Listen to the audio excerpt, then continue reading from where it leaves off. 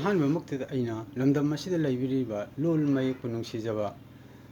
ꯑꯍꯜ ꯂꯃꯟ ꯃꯔꯨꯞ ꯃꯄꯥꯡ ꯁꯥꯇ꯭ꯔ ꯁꯥꯇ꯭ꯔꯤ ꯏꯃꯥ ꯏꯕꯦꯜ ꯈ꯭ꯋꯥꯏ ꯈꯨꯗꯤꯡꯃꯛꯄꯨ ꯏꯀꯥꯏ ꯈꯨꯝꯅꯖꯕ 우ꯠꯆꯔꯤ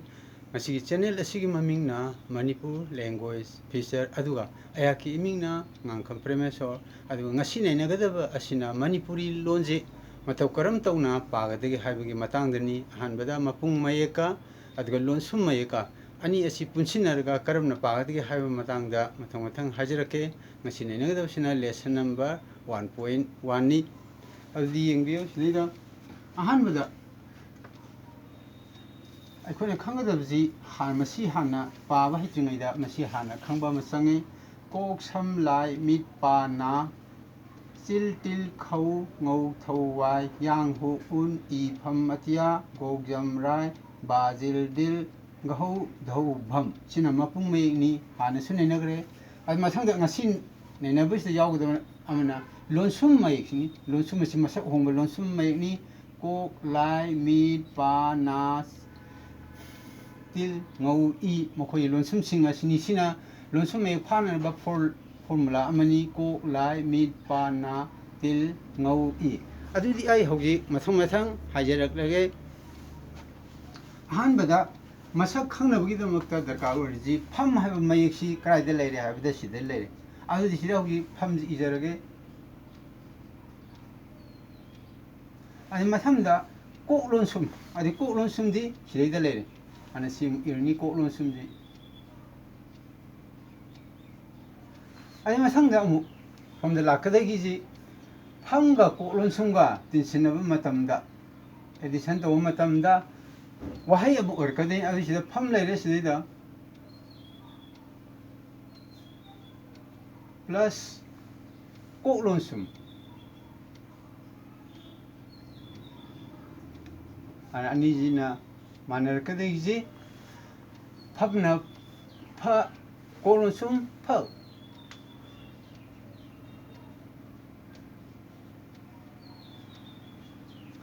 ana sina piri ba wahan thokti karino haibda koi phamna ri pha me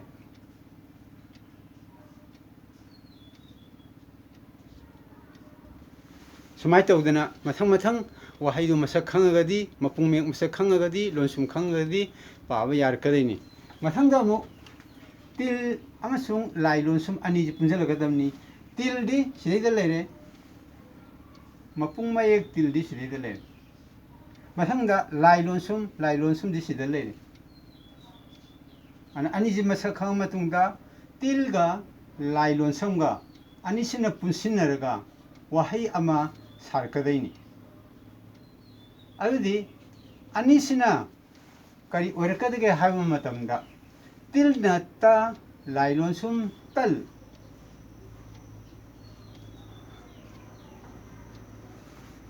ada masigi meaning na masigi arthar a thing for eating chana na pot ama bread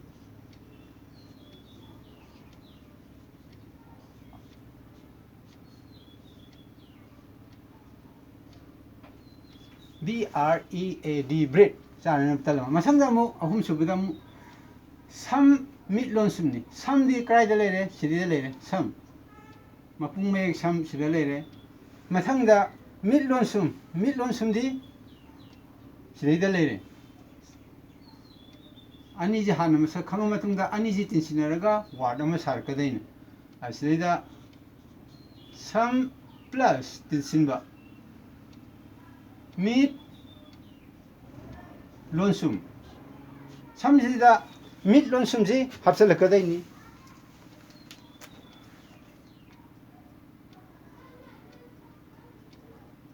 ani mit lonsum ji hapa matung jidaida samna sa mit lonsum sam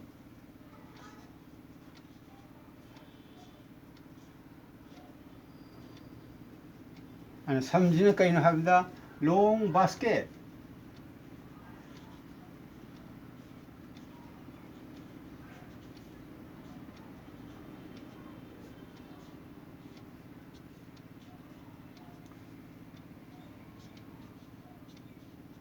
long basket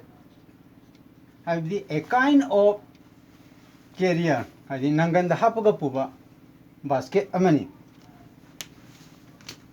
adi mathangisida mu dinazarake mathangisina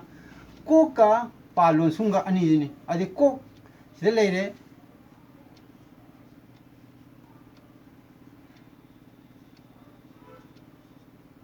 siga palon sunga adindi sida palon sumdi kada leire sida leire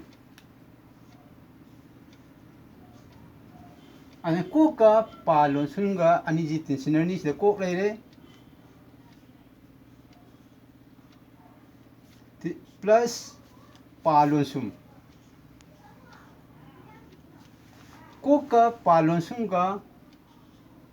punsinaga kari oige habda kok na ka palon sum cup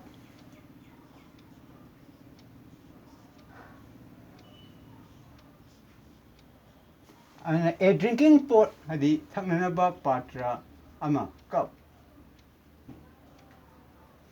sina english da meaning ni sina metalongi wahai dugi khonthok tugi ibani sina a lai sina cup haina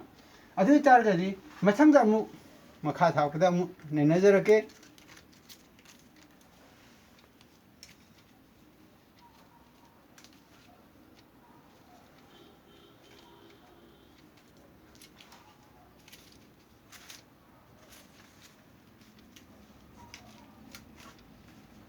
अदुदी यंगो सिदैदा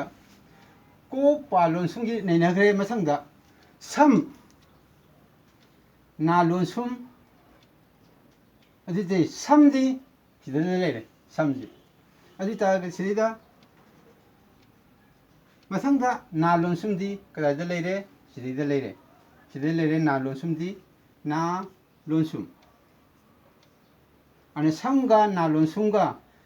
तिनसिनरगा addition तौरगा y अमा ओरकदैनि सिगी समजिदा सम लेरे सम मपाजेदा plus नालोन सुम समगा नालोन सुमगा तिनसिनरगा वार्ड अमा सेमे y अदुदि कैनो हाइबदा सन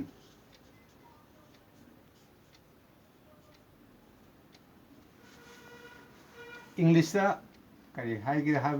ox, a kind of domestic animal. Mathangi last ke je amun nazar ke srida na lere mathang tillon sum le dei ni mapung me na na sida lere mathang da tillon sum di kada da lere ha matam da sida lere tillon sum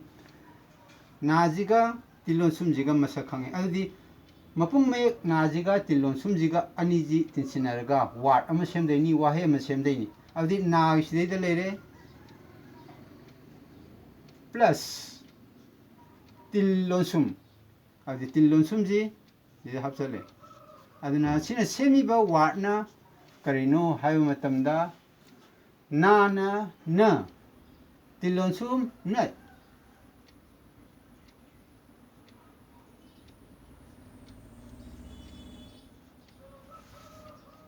aduna nut habsina karino habda english da what meaning da nut nut by the a things for fixing in machine da sinanaba khoi mitiruna arga buldu aja laisanaraga machine chasananaba pot ama haitare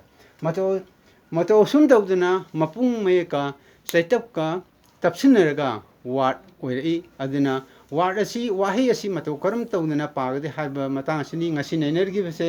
अदुसी आई अमुहना मथंग मथंग पाथजरके अदुदी अमुहना इबगी मतंग अमा कनो रसले अदुदी मथंग मथंग अमुहना पाथजरके हमगा Coke लोनसुमगा तिनसिनरगा फम न फा Coke लोनसुम फ अदि met a flat thing for sitting phamnanaba apakpa pot ama tilga lailosumga til nata lailosum tal sina bread an sina english ta ju iduna leire admi te mek ta su iduna leire mathangda samga mitlonsumga tinsinaraga wahai ama semba samna sa mitlonsum sam long basket, a kind of carrier. Adi nanganda pot punanaba adi ching kaba kathok kasin tawda toina sinaba sam hariba basket aduni. Mathangda amu ko ka palon sumga tinsinarga word ama semagi matang mo hajarake adi ko na ka tinsinba adi plus palon sum cup sina a drinking pot cup mathangda samga nalon sumga tinsinarga semba word ama samna sa nalon sum san ox, a kind of domestic animal. Mathangda naziga tilon sumga tinsinara semba word ama parke na tinsinba tilon sum nut adi a thing for fixing machine da phajinanaba pot ama sumai tawdana mapung mayek asiga lonsum mayeka adi masak o lonsum mayeka anise tinsinarga word sing semba ase aikoi asumna mathang pagani masina mapung mayeka lonsumga sinabagi ahanba sarukni ani suba sarukna aikoi mathangda usagani ngasigidi matang asida loisinbagi matam yorokle aduna lamdom somda laibiriba amadi manipurgi wangmada imalebak sana laibak kanglaipak manipuri wangmada laikharba khudimangna aina ngasi haijabasida kangmakar haijabasida awada pa simdok berau haibirau ai harauna loksinjagani ngasigidi mapung meka lonsum meke tinsinabagi ahan basaruk ase matang asida loisinjarage